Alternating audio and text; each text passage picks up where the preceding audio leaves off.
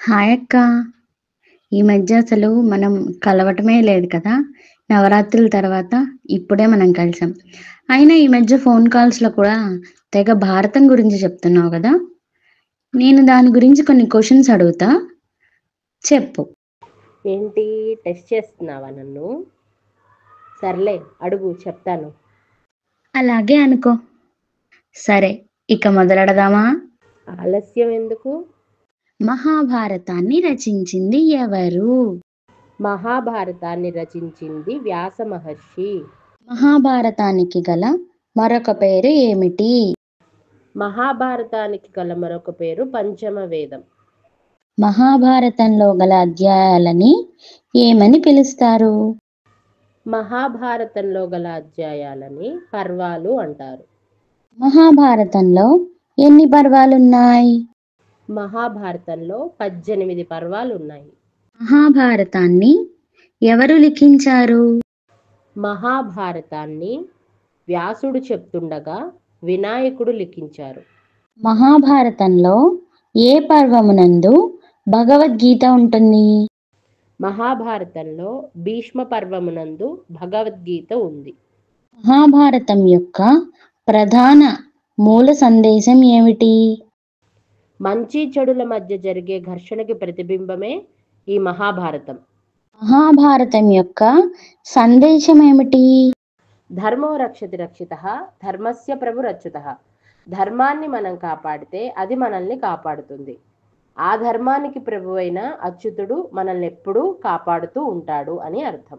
మహాభారతం మొదటగా ఎవరితో మొదలవుతుంది?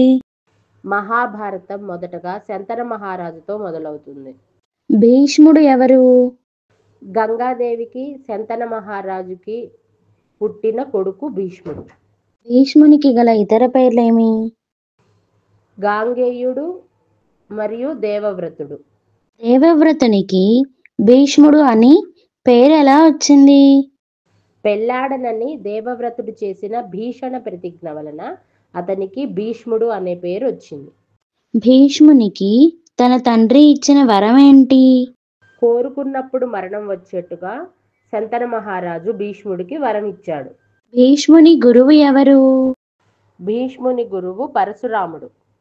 కౌరవుల తల్లి తండ్రి ఎవరు? గాంధారి ధృతరాష్ట్రులు. పాండవుల తల్లి తండ్రి ఎవరు? పాండురాజు కుంతి మాద్రి. కౌరవులకి పాండవులకి గురువెవరు? కృపాచార్యులు.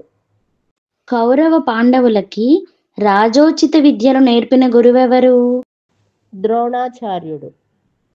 శిష్యులందరిలో ద్రోణాచార్యుడికి ఎవరంటే ఇష్టం? అర్జునుడంటే ద్రోణాచార్యుడికి ఇష్టం. అర్జునుడిని సవ్యసాచి అని ఎందుకంటారు? అర్జునుడు తన 2 చేతులతోటి యుద్ధం చేయగలడు, అందుకే అతన్ని సవ్యసాచి అంటారు. శకుని ఎవరు? గాంధారి సోదరుడు. ద్రౌపదికి గల మరొక పేరు ఏమిటి? ద్రౌపదికి గల మరొక పేరు కృష్ణ. వనవాస సమయంలో సూర్యుడిని ప్రార్థించి అక్షయ పాత్రను పొందమని పాండవులకి సలహా ఇచ్చింది ఎవరు? దౌమ్యుడు. ధృతరాష్ట్రునికి సర్వదా హితబోధ చేసేది ఎవరు? విదురుడు. అజ్ఞాతవాస సమయంలో పాండవులు ఎక్కడ ఉన్నారు? విరాట రాజ్యంలో విరాటరాజు కొలువులో గడిపారు. చాలా బాగానే చెప్పావక్క. థ్యాంక్ యూ పాపా. అప్పుడే అయిపోయింది అనుకుంటున్నావా ఏంటి?